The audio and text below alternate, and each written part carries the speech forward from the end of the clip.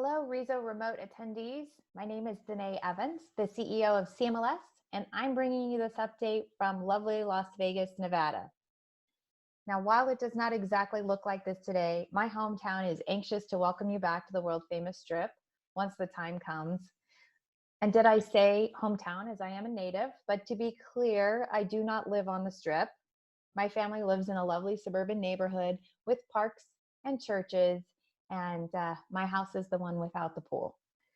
I'd like to start today by thanking you for allowing me to be part of your conversation. And I appreciate you being part of the community, part of this conversation, and part of the solutions. I'd also like to thank you for your patience as we all embrace this virtual world. This is my first video, so wish me luck. My goal today is share what CMLS is currently working on, review a little bit of what we accomplished last year that I think might be a helpful resource and support to you right now. So CMLS, or the Council of Multiple Listing Services. We are the National Trade Association for MLSs with just over 200 MLSs, covering about 1.3 million subscribers and over 75 business partners. We originally started as the Northwest Council of MLSs in 1957 to be the premier advocate, forum, and resource for all things MLS. We believe the MLS is the best way to create a more vibrant, competitive, and efficient marketplace that best serves brokers, agents, and ultimately the consumer. It's the belief that MLSs are making the market work for everyone, and today that is more important than ever. So let's start with a little review of what we accomplished last year, and I'd like to start with just making sure you all know about the CMLS best practices that you can find on cmls.org.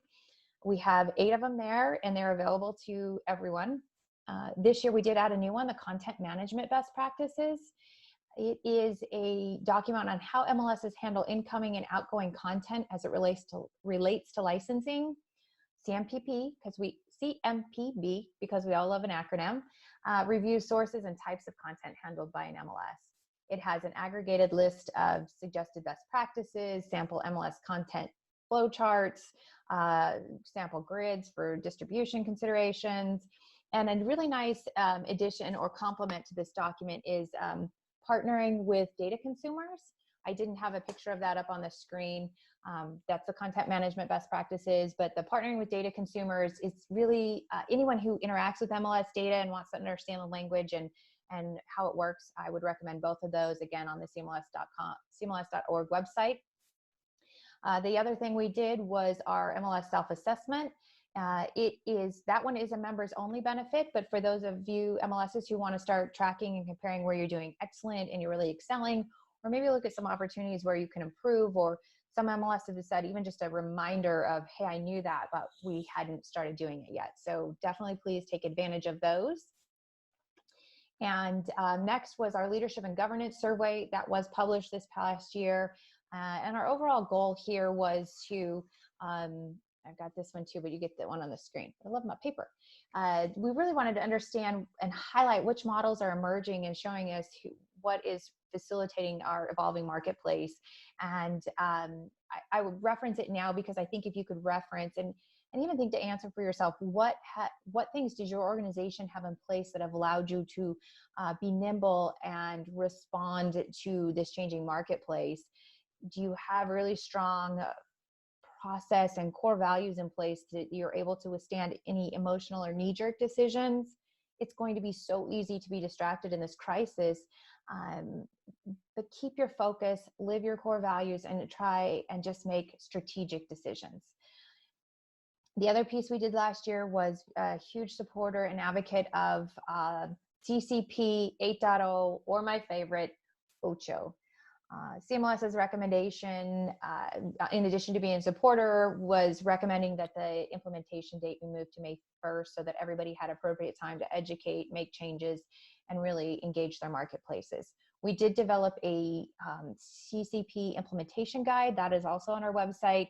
So even if you've already looked at, and I would hope most of you are mostly through your implementation, go back to that document and reference if there's other questions that maybe could be asked or explored as you work towards that May 1st deadline. So please use that, share that. We also had some webinars and some questions that you can watch those as well.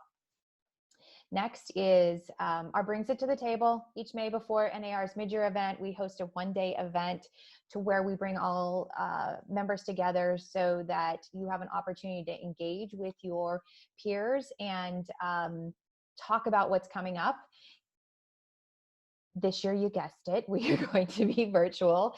By the time you see this, I hope that we will have a date. We're waiting for NAR's final schedule to make sure that we position them as the meeting so that you still have time to talk and meet with your peers about the upcoming policies and things that are happening in advance of those meetings. So last year, my favorite thing, we had a networking lunch, a round tables where we had topics on the table and everybody was able to sit and engage and just really learn. It was so amazing. And so I told my team I still wanted to send everyone box lunches, but they informed me that that would be some really challenging logistics. So maybe if you could all start planning to pack your own lunch boxes. We'll see how that goes. All right, next is, most of you probably know CMLS best for this, our annual MLS Conference. This year we are scheduled for September 29th through October 1st. Please note the date changes of a Tuesday to Thursday. It is proudly hosted by past chair Shelley Specchio, CMLS's past chair Shelley Specchio, and the MyBor Realtor Association. This is the place for all things MLS. We spend a day and a half just talking about MLS. We have one stage, everyone together, all MLS, everything. We will be at the JW Marriott, excellent opening night at the Indiana State Museum. And if you can all just give me, this is my current sunshine, my happy thought is that I'm going to see all of your smiling faces in person this October in Indianapolis. I can say that. Even if it means that we are wearing masks, my mom made these, wearing masks, drinking through straws in the lobby bar, and our handshakes and hugs become some good old elbow taps and air high fives. I'm okay with that. And I actually had this good idea.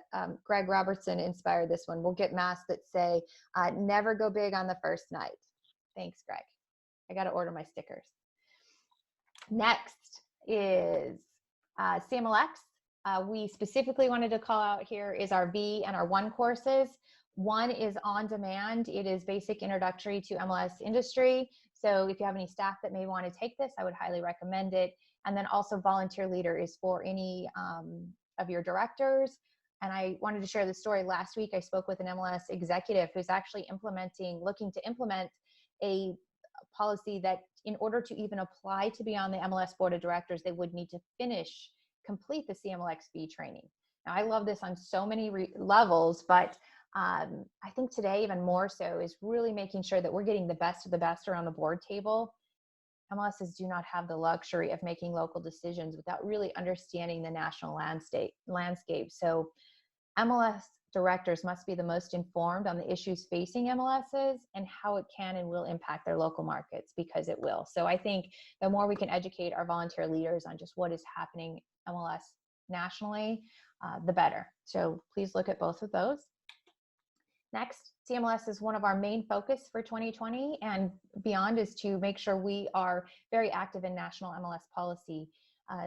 Just last month, we did submit to the Emerging Issues and Technology Advisory Board the policy that's on the screen. We also emailed it to all of our membership with some additional information. And now what we want is just to really engage the community to get additional feedback. I think there'll be some comments and edits coming out of the Emerging Issues group. And so this is what I was talking with our Brings It to the Table. We want to make sure that we give additional opportunities for you all to contribute and talk about this policy that has been presented. And you can look for and see more information on that. And if you have any right now, you can always email it to info@councilofmls.org. Call me, call my team. We're happy to talk with you about it. Next is our MLS Matters. We started this, I think this will be our sixth week of connecting. This is one of the top things CMLS members tell us they love about our events is the ability to talk with each other, share and learn from each other. And so the CMLS team came up with MLS Matters, which are live forums where we discuss the relevant topics. What are we hearing the most about that week? And then the really cool piece is we're using a feature in Zoom that does create these little small roundtable groups, virtual roundtables as we're calling them, anywhere. So we set it up, the beginning is 30 to 45 minutes of a few panelists talking about the main subject overall. And then we push this magic little button and everyone goes into these breakout rooms from 8 to 15 people, continue talking about that topic. You can talk about something else that's interesting. How are the people handling something that is of concern to you? So again, an ability to connect and learn. The topics that we have covered so far: days on market, crisis communication, how are you supporting your market virtually? All of those are recorded. They're on the CMLS.org website, as well as summary documents highlighting what's there. So please utilize those and join us next Friday for those going on. And then we also have the MLS Data Access Marketing Guide. We did work with RESO a few months back and did a survey to better understand if there's entities that want to interact with MLSs and work with the data, what some of the things that would make that a little bit easier. So you can see on the screen, this is not out yet. This is a little sneak peek of what the feedback was that we got that would make it easier and allow people to engage with their MLSs. So we're coming out with a best practice on that. Here's what we heard. There's a bare minimum. We recommend this here, but if you really want to go above and beyond, then you could also put these other items on there as well. So please be on the lookout for that and any feedback or ideas. And again, also, I think that partnering with data consumers is another place that is a good complement to this document. And then you get a little sneak peek here. In 2017, one of our CMLX 3 groups, our leadership group, articulated or identified that everybody kind of had a challenge when clearly articulating the value of the MLS and what it did for the marketplace. What was its elevator pitch? How do we succinctly describe it? And so what evolved from there was in 2017, we launched Making the Market Work. And you can see some of those examples on there where some of our members have adopted it. Competitors competing to make homeownership happen. That's the value of MLS, making the market work. I love those examples. Those are some of my favorites. So then we realized that there's the industry understanding it, but then the consumer, there's a whole nother level. And so we did some preliminary work and surveyed some consumers to figure out that, surveyed 1,000 consumers. Half of them thought that MLS stood for Major League Soccer. 24% did not know what it stood for. And then those that did understand it, very few, 70% were familiar with what the MLS does for them. And 45% just really didn't understand the value proposition. But the other thing we learned from that was also that we had to make sure we clearly articulated it in non-industry speak. It needed to be pretty plain English, or as I described, stuff my mom can understand. So this is I'm going to leave this here with all of you. This is a little sneak peek. We anticipate rolling this out in the next couple of months, but we are looking to do a campaign that will help to clearly articulate to the consumer, what does the MLS do for them? How does it support them finding the perfect house in partnership with their agent and understanding what the marketplace is doing? So little sneak peek on there. You will only see, we are the multiple listing service. We will not be using MLS so that we are not confused with Major League Soccer. So that is my update for today. I put on the info at councilofmls.org. Any questions, suggestions, feedback, also the phone number. You can reach any of my staff, my team, and so appreciate your time today. Hope you are enjoying your RESO remote, and take care, be safe, be healthy.